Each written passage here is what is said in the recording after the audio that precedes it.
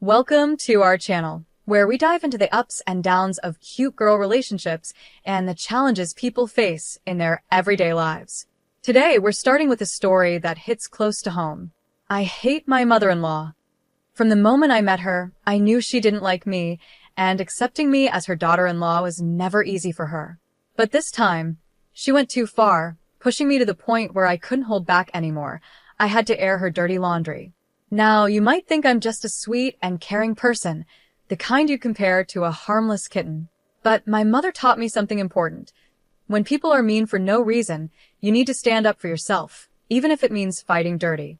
And this time, my mother-in-law decided to be the biggest troublemaker in the family, assuming I wouldn't fight back. But she was wrong.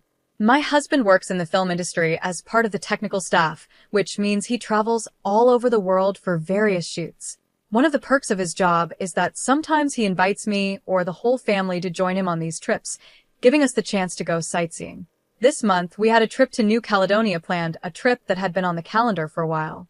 Everything was set, and my mother-in-law and I even made it to the airport on time, which was a small miracle considering the traffic. We unloaded all our bags at the airport, and I carefully counted to make sure we hadn't forgotten anything. Feeling confident that everything was in order, we headed inside. My mother-in-law asked me to drop off our luggage at the baggage counter, so I separated my hand luggage from the checked-in bags and asked her to do the same. Then I told her to go ahead with the security check while I finished up with the luggage drop-off. After completing the luggage drop-off, I went through the security check myself and started looking for my mother-in-law. I spotted her from a distance, and she seemed to be searching for something. When I approached her, she told me that one of her handbags was missing, the one that contained her diabetes medication. She insisted that she couldn't leave without it. I told her to take a deep breath and try to remember she might have accidentally left the bag with the rest of the luggage. She seemed flustered and couldn't recall, so she asked me to check if it was there. Dutifully, I went back to the baggage counter and asked the attendant if any luggage had been left behind or if one of our bags had gone overweight, since one was missing. Unfortunately, the attendant said everything was in order, and there were no unmarked or extra bags. Feeling dejected, I headed back to my mother-in-law, but before I could go through the security check again, airport security stopped me and asked me to follow them. Confused, I asked what was going on, but they insisted that everything would be explained once I came with them. They led me to a private holding area, where they informed me that a woman had reported me. Apparently, she overheard me using the words gun and drugs, and she feared I might be a terrorist. They said they needed to ensure I wasn't hiding anything. I was absolutely furious. I hadn't made any such comments. I barely had time to check in before our flight. Then, a chilling thought crossed my mind. My mother-in-law. It suddenly hit me that she might be behind this. I told the officers I would fully cooperate with their investigation, confident that they would find nothing. After an exhausting 18 of questioning and searching, I was finally cleared. Once the ordeal was over, I showed the officer who had mentioned the woman's report a picture of my mother-in-law and asked if she was the one who reported me. When he confirmed it was her, a wave of rage surged through me. I walked out of there fuming with anger. This was the last straw. I had tolerated her slanders and toxic behavior for too long because I rarely saw her, but this time, she had gone too far. I couldn't just sit back and let her get away with it. It was time to teach her a lesson she would never forget. My first move was to expose her in her precious suburban neighborhood. She loved to show off and pretend she was something she wasn't, and I knew just how to shatter that illusion. I had been to few of the neighborhood parties when visiting with my husband, so I knew exactly how they all tried to outdo each other. My mother-in-law was no different, often passing off cheap bakery treats as creations from a famous chef. I decided it was time to reveal the truth and expose all her secrets. When I invited everyone over, I decided it was time to expose the truth. I revealed where the so-called gourmet sweets actually came from, a local bakery, not the high-end patisserie my mother-in-law had bragged about. I didn't stop there. I also exposed her imported English vase, which she claimed was a rare find from Australia, but was actually a mass-produced item available on Etsy. Watching her lies unravel and her reputation crumble in front of her friends brought me a sense of satisfaction. But I wasn't done yet. I had one more card to play. Since I was already at her house, I decided to wait for my father-in-law to return home. When he arrived, he was surprised to see me, knowing I was supposed to catch a flight back to Portland that day. He asked why I hadn't left, and I told him there was something important he needed to know. I shared with him that I had recently learned about my mother-in-law's affair with one of the assistant directors during our trip to the Bahamas. I explained that my husband had told me about it after hearing it from one of the set staff, who had caught them together in the prop room. My husband had wanted to keep it a secret, not wanting to be the one to cause trouble in their marriage. But after everything my mother-in-law had put me through, especially at the airport, I felt no such obligation. I wanted her to suffer the consequences of her actions. So, I laid everything out in front of my father-in-law, leaving nothing unsaid. The next day, I left her house, confident that her pretentious little life was about to fall apart. Despite the satisfaction of exposing her lies, I couldn't shake a nagging feeling that I might have gone too far. In my anger, I may have hurt my husband by revealing the truth about his mother's affair. I regretted that part a little, and I couldn't help but wonder, was I being the a-hole here? A week passed, and I found out that my mother-in-law had returned home. Before she did, though, she had already tried to stir up trouble. She told my husband that I hadn't gone to New Caledonia because I was tired of traveling all the time just to spend a few days with him. She claimed I didn't think it was worth the effort anymore. That lying woman actually thought she could create a misunderstanding between us. It took me nearly 3 hours to reassure my husband that I love our life together and that I missed the plane due to a simple misunderstanding. I decided not to explain everything to him over the phone, especially after I had already revealed his mother's affair to his father. I knew that once she arrived home, she would find the mess waiting for her, and I was eagerly anticipating the call I was sure to receive once she did. Now, I'm just waiting for that moment, and when it happens, I'll be ready to update her on what I've done. I finally got to see her reaction, and let me tell you, I did not expect my mother-in-law to show up at my house unannounced. When she did, I was both surprised and a bit relieved, because it meant I could witness firsthand the fury on her face as she grappled with the chaos that her life had become. The look of sheer anger she gave me when I politely invited her in was all the satisfaction I needed. The moment she stepped inside, she exploded with rage. She screamed at me, calling me all sorts of names, and told me that I had no right to do what I did. She said I was a jerk and that karma would surely come back to bite me. According to her, I should be ashamed of causing strife in the family. She even went as far as to say that I didn't deserve her son, claiming she had known all along that sooner or later I would show my true colors. I could see she was on the verge of slapping me, but somehow she held herself back. Her outburst reignited all the anger I had been suppressing for so long. I couldn't hold back any longer and told her that she was lucky I only exposed her secrets. If I had really wanted to get back at her, I could have pressed charges for the false accusations she made against me at the airport. After that, I told her to get out of my house. But instead of feeling better, I felt worse. It's been 3 months since that confrontation, and a lot has happened since then. My mother-in-law has been fighting nonstop with my father-in-law ever since I exposed her affair.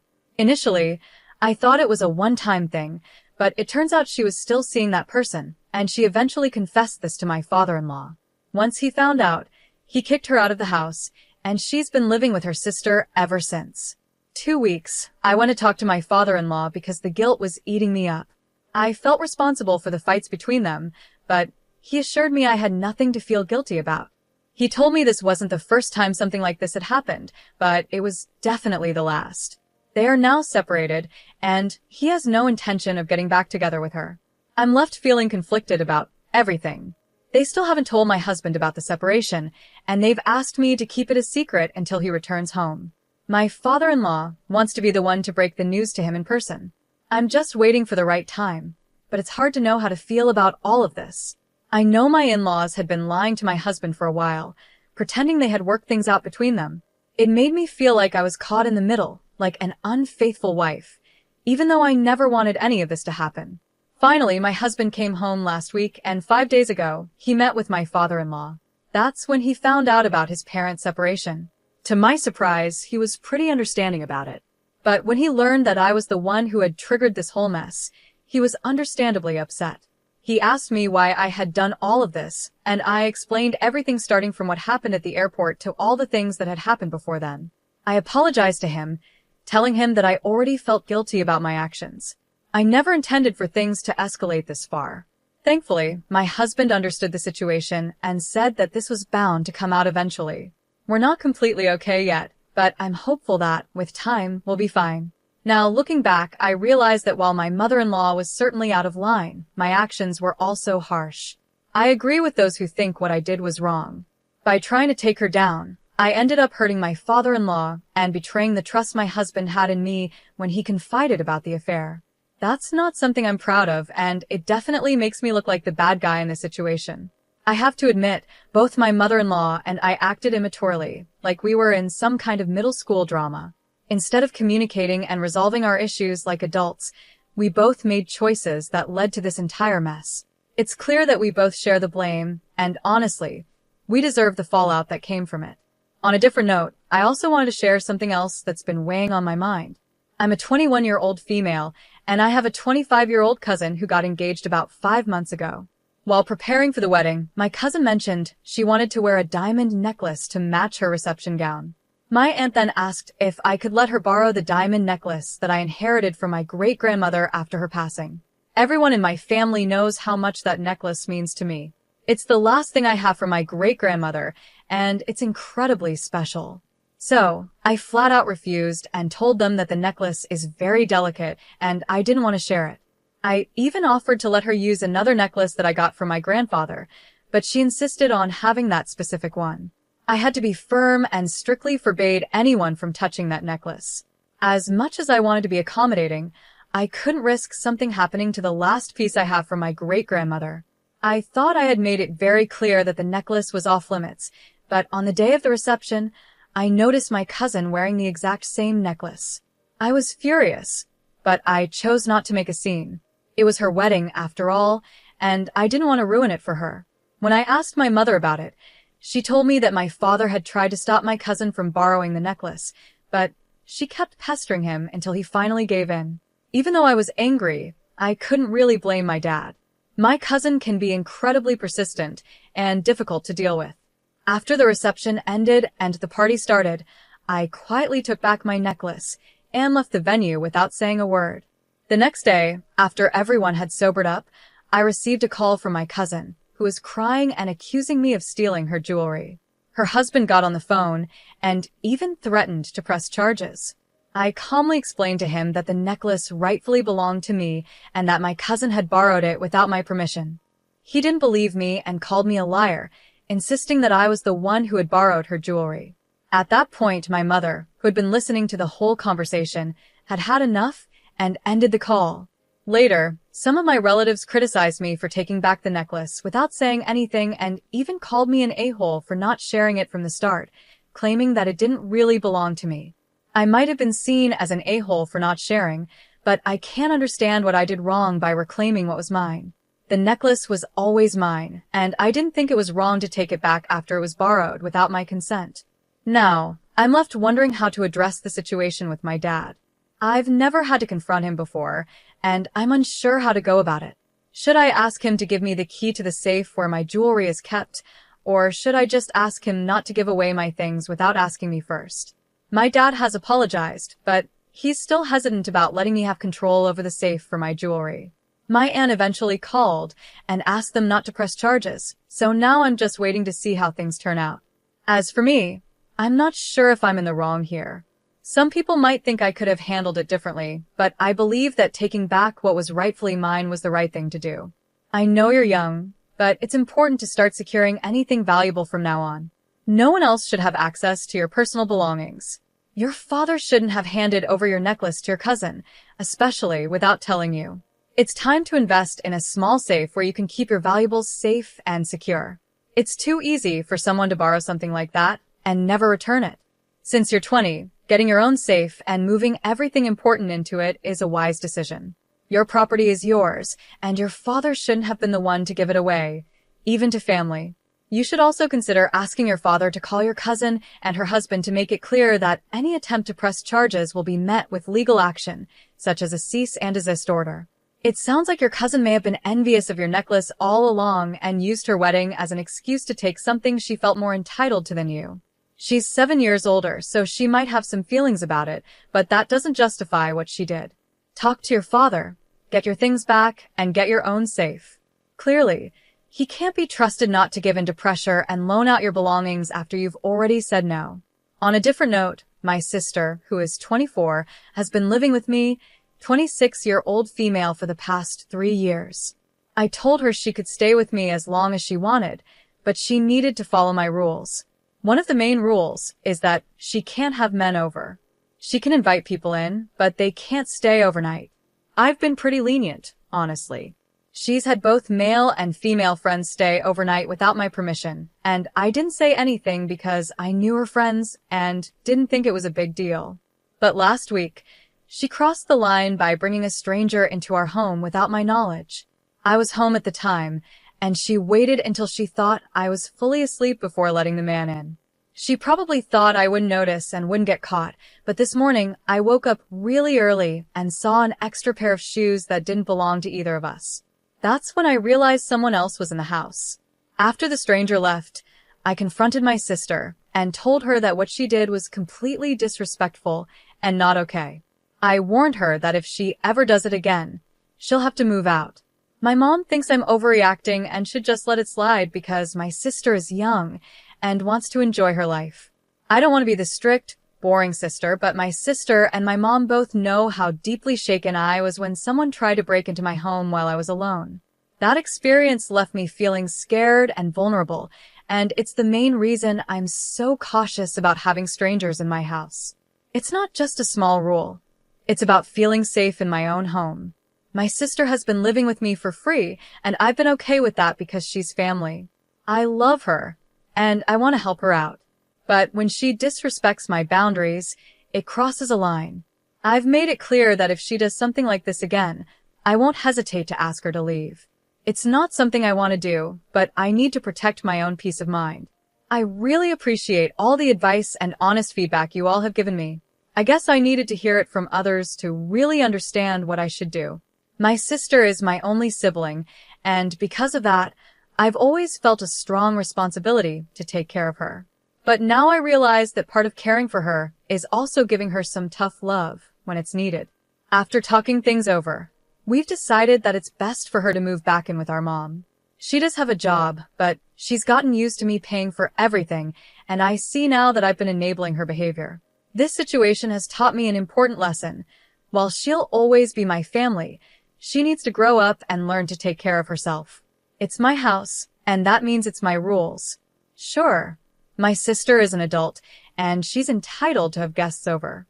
But it's just basic courtesy to let the other people in the house know when someone is coming over, especially when it's a stranger. Bringing strangers into our home without telling me isn't just inconsiderate, it's also unsafe. My sister knew exactly why I have this rule in place. She was fully aware of my past experience and how it's made me extra cautious. Yet, she still chose to break the rule. If our mom thinks it's not a big deal, then maybe my sister should move back in with her and see how long it takes before our mom gets upset when she brings strangers home. My sister is 24 years old, not 15. I've been more than generous by letting her live with me for free, even when she's broken some very basic rules of common courtesy. I have a very valid reason for not wanting strangers in my home, and if my mom and sister can't understand that, it's on them. I've decided that I need to stand firm. It's my house, and my rules should be respected. If my sister can't follow them, then she'll need to find a new place to live. There's no reason for me to feel bad about this situation. My mom and sister might be trying to make me feel guilty, but I've realized that I can't let them manipulate my feelings. I don't deserve that, and I'm not going to allow it to happen. If my mom really believes that my sister is just young and should be allowed to do whatever she wants, then she can take her in. The truth is, my sister's behavior is putting both of us in danger. We're 3 women living alone, and it's just not smart or safe to bring a strange man into our home, especially without my knowledge. And really, if she wanted to spend time with this guy, why didn't she go to his place? Maybe he doesn't have a place of his own. Or maybe he's already living with someone else.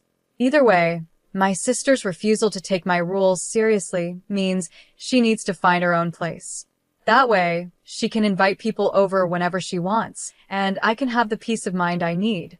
In the end, I love my sister, and I want the best for her. But part of that means helping her understand the importance of respecting other people's boundaries. She needs to learn that her actions have consequences, and if she can't respect my rules, she'll have to face the reality of finding her own place to live.